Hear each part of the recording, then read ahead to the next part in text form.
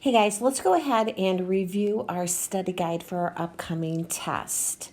So the Earth, the rotation axis is the imaginary line on which an object rotates. Now remember, the Earth's axis is tilted 23.5 degrees. Rotation, a spinning motion. One time on its axis is responsible for day and night, and the length of that is 24 hours. The other motion of the Earth is revolution. It's a motion of one object around another object. So it's the Earth around the sun, and the path that it takes, that is called an orbit. So let's go ahead and write that in. Orbit equals the path. Okay, so the length of revolution is 365.24 days. It is responsible for a year. It rotates, or the revolution is counterclockwise, rotation west to east. So objects in the sky appear to move east to west. So you are going to remember we rotate, and that's going to help you know W to E, west to east.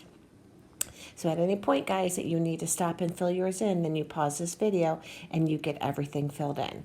All right, so let's take a look at the moon. So why do we see the moon? The sun's light reflects off the moon. We know that the moon does not make its own light, so it cannot emit its own light. The length of rotation is 27.3 days, and the length of revolution is also 27.3 days. So this is why we always see the same side of the moon, because it rotates on its axis in the same amount of time it takes to revolve around Earth. Synchronous rotation. So if asked, why do we always see the same side of the moon? It's because of this. The moon revolves around Earth. Structures on the moon. We have Maria, which are those large, dark, flat areas on the moon, and they are formed when lava flowed up through moon's crust and hardened, filling in some of those craters. Craters formed by impacts from space objects. So the tides, as a daily rise and fall of sea level. So we have two special tides, spring tide and neap tide. So with spring tide, the sun, the earth, and the moon, they are all in a straight line. Sun and moon's gravitational force combine to produce highest high tides and lowest low tides. So they work together. So the moon phase for that, when they are all in a straight line, would be a new or a full moon. Neap tide is when the sun and the earth and the moon form right angles and the gravitational force is reduced. So they offset each other. They're going to have lowest high tides, leaving behind higher high tides. And the moon phase for that is first and third quarter. The force mainly responsible for the tides is moon's gravity. So remember these things here. Okay, we're spring, straight, supersized, and neap, 90 degree angle, not so high. So let's take a look at equinoxes. So we have it labeled here. The big thing you are going to look for, you are always going to locate one of either the winter or the summer solstice, whichever one is easier for you to pick up. For me, it's easiest for me to pick up the winter solstice because I see that the axis is tilted away here in the northern hemisphere. So I know when the axis is tilted away in the northern hemisphere, that is winter. So then I'm able to identify, I go then and identify the summer solstice. And so then I think, what is the season between winter and summer? That's spring. Yay, it's coming. And then between summer and winter, what do we have is fall. So the vernal equinox, spring equinox, and the autumnal or the fall equinox. So make sure you are able to pick out this if you were to have a diagram and being able to label these equinoxes and solstices. Okay, so what is a solstice? A solstice is a day when Earth's rotation axis is most toward or away from the sun. So when we are tilted toward, this is when we are tilted toward the northern hemisphere is tilted toward the sun, and this one here, we've already circled it, so let's make a different color. The northern hemisphere is tilted away. So those are the two solstices. So how do the lengths of day contrast for a summer solstice and a winter solstice? So the summer solstice is the longest day of the year, and the sun appears high in the sky. There is about 16 hours of daylight. The winter solstice is the shortest day of the year, and the sun appears lowest in the sky. There is around 9 to 10 hours of daylight.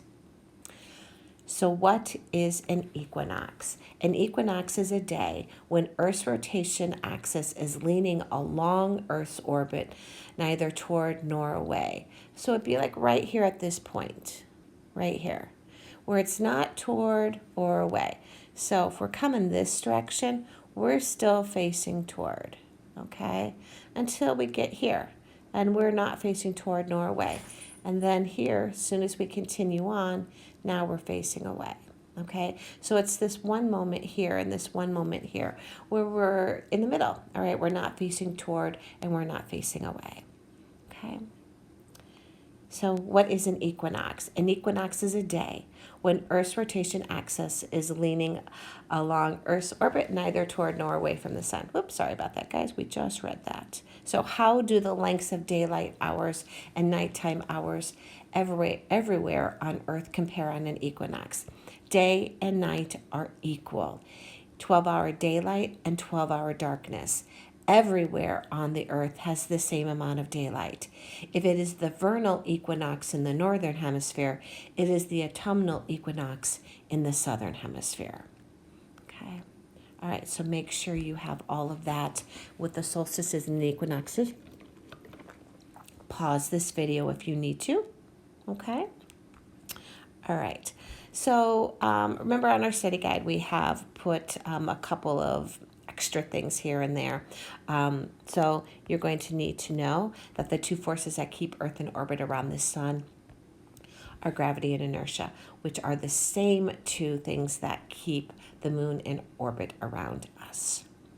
So how does the tilt of Earth on its rotation axis relate to the change of seasons? Okay, the tilt of Earth's axis combined with Earth's motion around the sun is what causes the seasons to change.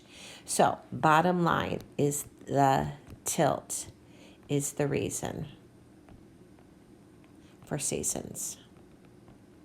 Okay, if we did not have our axis tilted 23.5 degrees, then we would have the same season all year long. So it is the tilt. Remember that, guys. So it's the tilt of the Earth's axis combined with Earth's motion around the sun is what causes the seasons to change.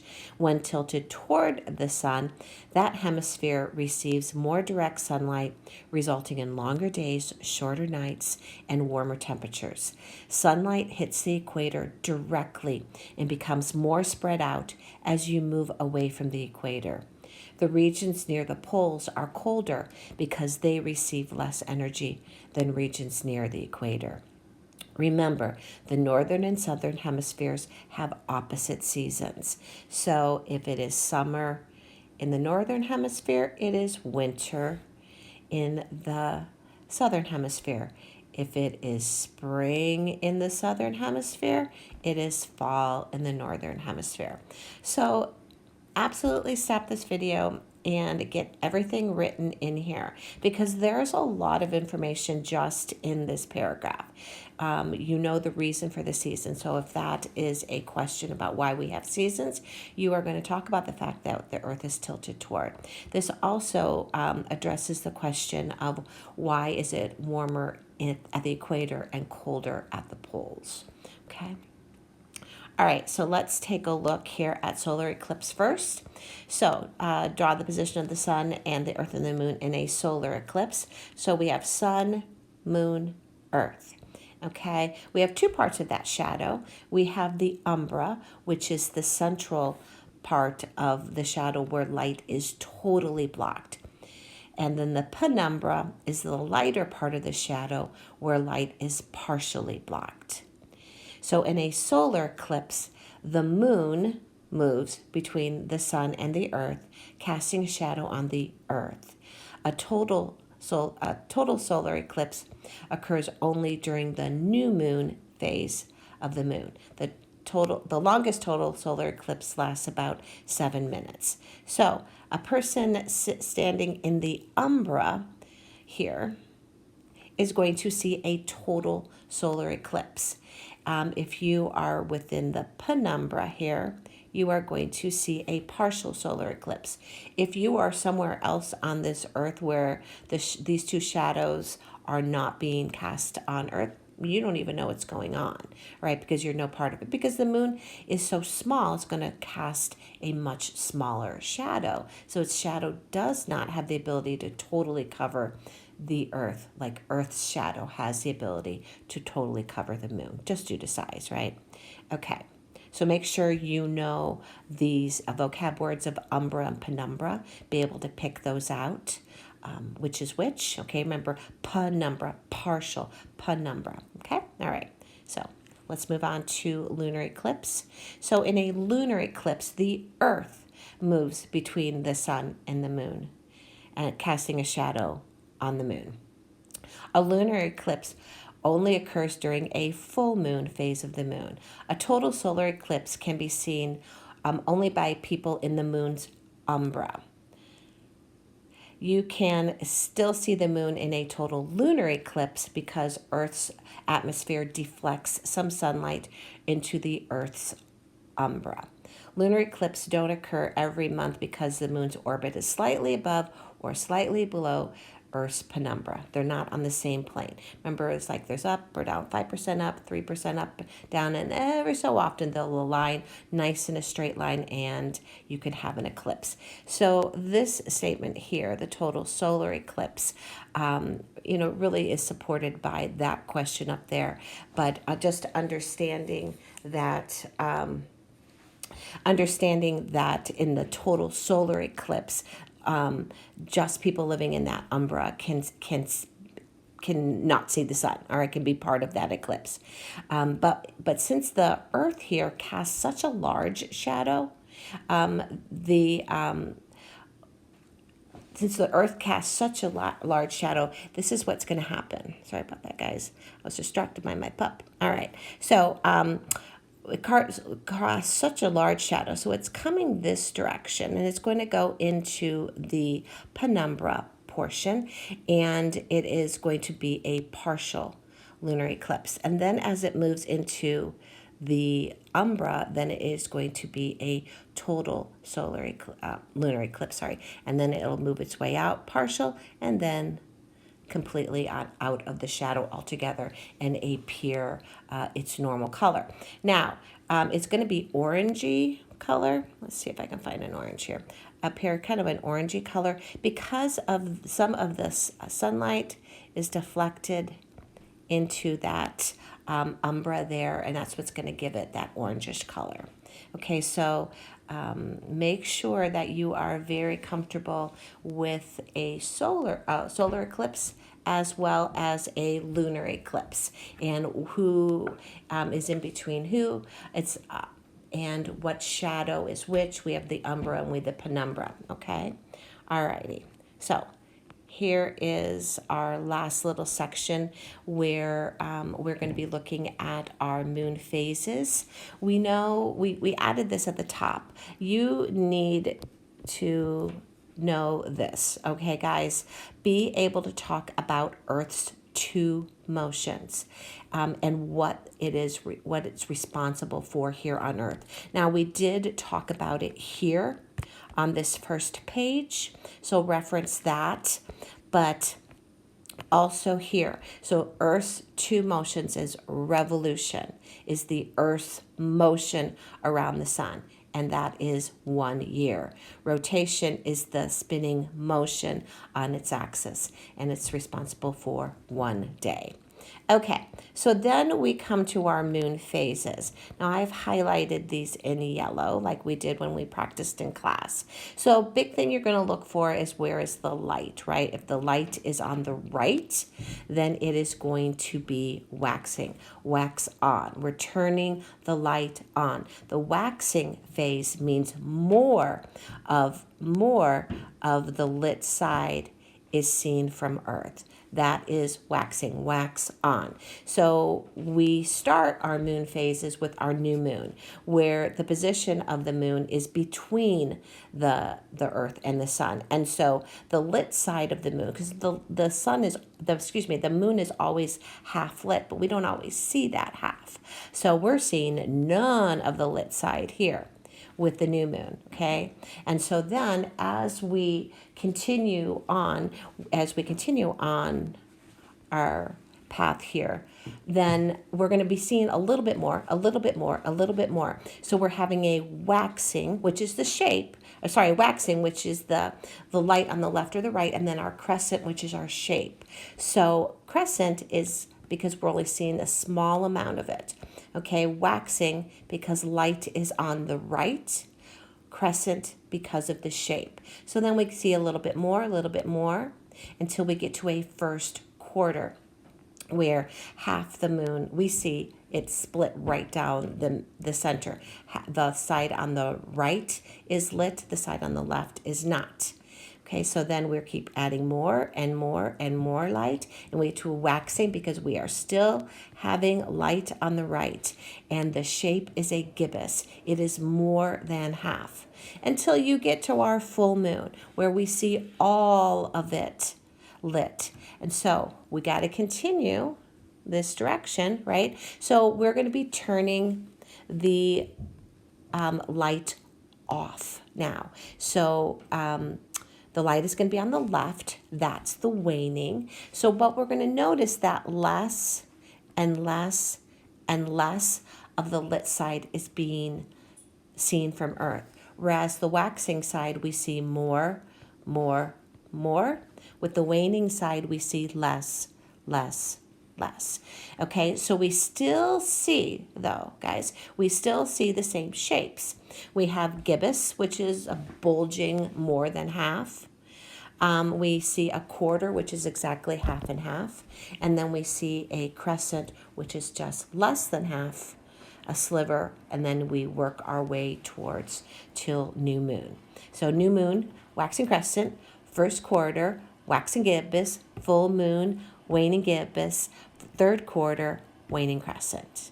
Okay, so you can always go back and watch that Mr. Lee rap to remind yourself of that. But the big thing is being able to look at a moon phase image and knowing it's not going to be yellow and gray like this, okay? It could be an actual image of the moon. So you're going to look for the side that is lit, okay? So the lighter side, it might appear white. That's what you're going to look for. Okay, where do I see light? What side? Is it waning, waxing or waning? And the shape? Is it crescent, quarter, or gibbous? Do I see all of it? That would be a full moon. Do I see none of it? That would be a new moon. Okay, so you also would be asked to say, okay, name this moon phase that you would see this picture. And you would know that it is a full moon. And then the next question might say, what moon phase happened prior to? Prior to is this way. And you would say waxing gibbous. Or you may have that same question, and the question might say, what moon phase happens next? And you'd be going this way, and you would say waning gibbous. So know the moon phases inside and out. Know those 8. So if asked to name a moon phase, you're able to do that and be able to know the one prior to or the one after, okay? All right. So then we have a little section on the makeup of the sun. We know that the sun is made up of hydrogen, 75%, and helium, 25%. Nuclear fusion, hydrogen and helium combine and release enormous amounts of energy. All right, so that wraps up our study guide. So make sure, guys, that you stop and write everything down that I have written on the study guide. Okay? Everything down. Because I've put in place for you here, supports for your test next week. Okay, so take advantage of the extra information that I have here on possible essay questions that are coming your way. All right. And then we'll have the Kahoot and we'll have the quizzes. So we'll have opportunity to, be able to look at, test questions and whatnot. So study, please, for your upcoming test. You got this. You rock.